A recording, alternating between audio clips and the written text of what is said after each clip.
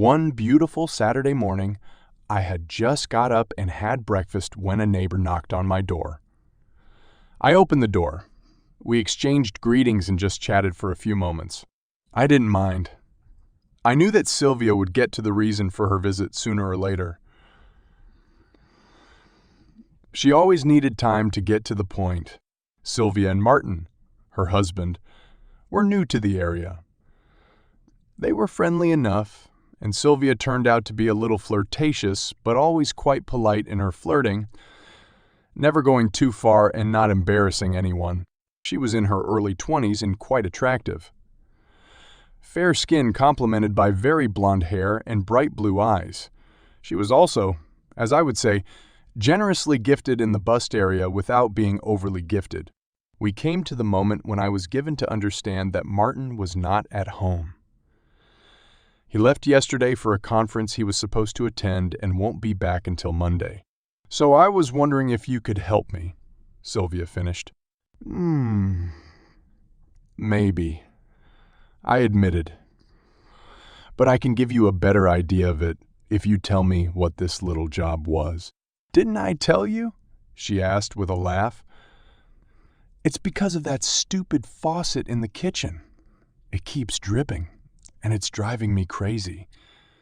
I know you repair everything yourself, so I thought maybe you could replace the faucet for me. Not the hardest thing in the world. I would only need to unscrew the faucet, replace the gasket, and screw the faucet back on. Easy as pie.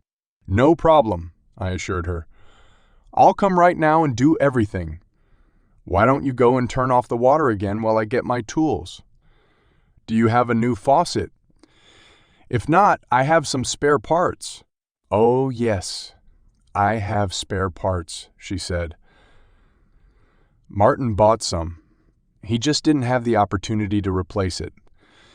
If he had been at home, he would have done it last night, just to get some sleep. She ran to turn off the water, and soon I followed her with my portable toolbox. The first thing I did when I got there was turn on the faucet to make sure she turned off the water correctly. I disassembled the faucet, threw the crumbling gasket aside, inserted a new one, and reassembled the faucet. A couple of minutes and the job was done, and Martin was a lazy man if he couldn't find 2 minutes for it. Sylvia ran out to turn on the water, and I turned on the faucet. The water flowed. I turned off the faucet, and the water stopped without dropping a drop. The problem is solved. She insisted that I sit down while she made us a cup of coffee, which I did. I didn't mind talking to a pretty woman. Not that I have anything more important than that. She fussed, turning on the coffee maker, and then reached for a couple of mugs, and that's when everything became interesting. Sylvia opened the top locker, and it turned out that the mugs she needed were right at the top. She stood on tiptoe, reaching up, and her robe lifted as she stretched. I got to my feet and quietly approached her from behind. Now the mugs were on the table, but there was a slight blush on her cheeks, and she was breathing a little harder. My hand slid over her buttocks, first down, then up again, but under the dress on the way up. Running my palms over her smooth body, she gasped, "What do you think you're doing?" She demanded, trying to sound shocked, but succeeded only in making her voice sound a little breathless and agitated. It occurred to me that there was another little routine work that Martin hadn't finished, so I thought that since I was here, I could do that too. "But you can't do that," she gasped.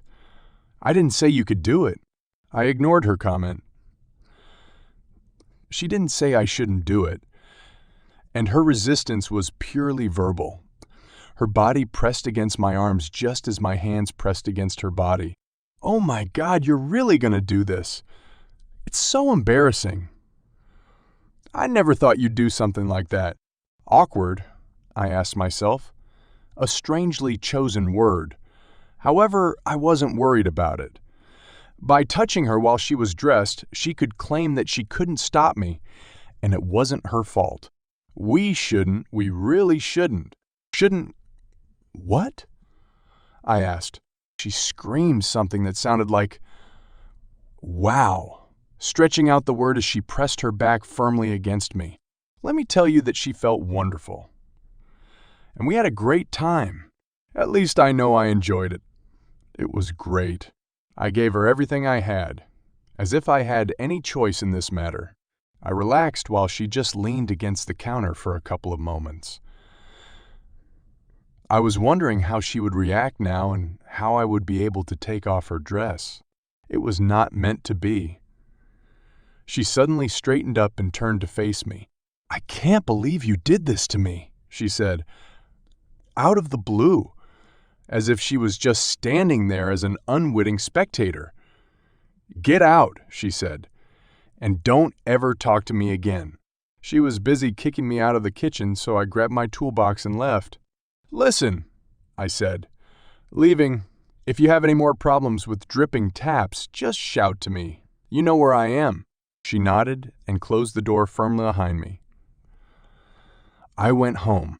The rest of the day passed without incident, but in the evening, I thought.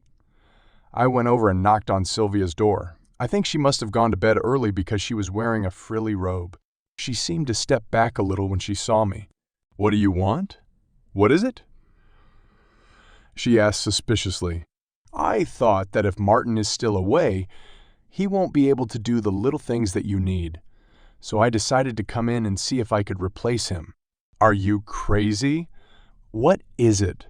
she asked in a voice that was half a scream. "I think you've done enough for today." She turned and walked down the corridor. Seeing that she didn't bother to close the door, I naturally followed her. She did not go down to the kitchen, but went to the front room. Sylvia looked at me intently. "Do you have any idea how guilty you made me feel?" "I feel terrible.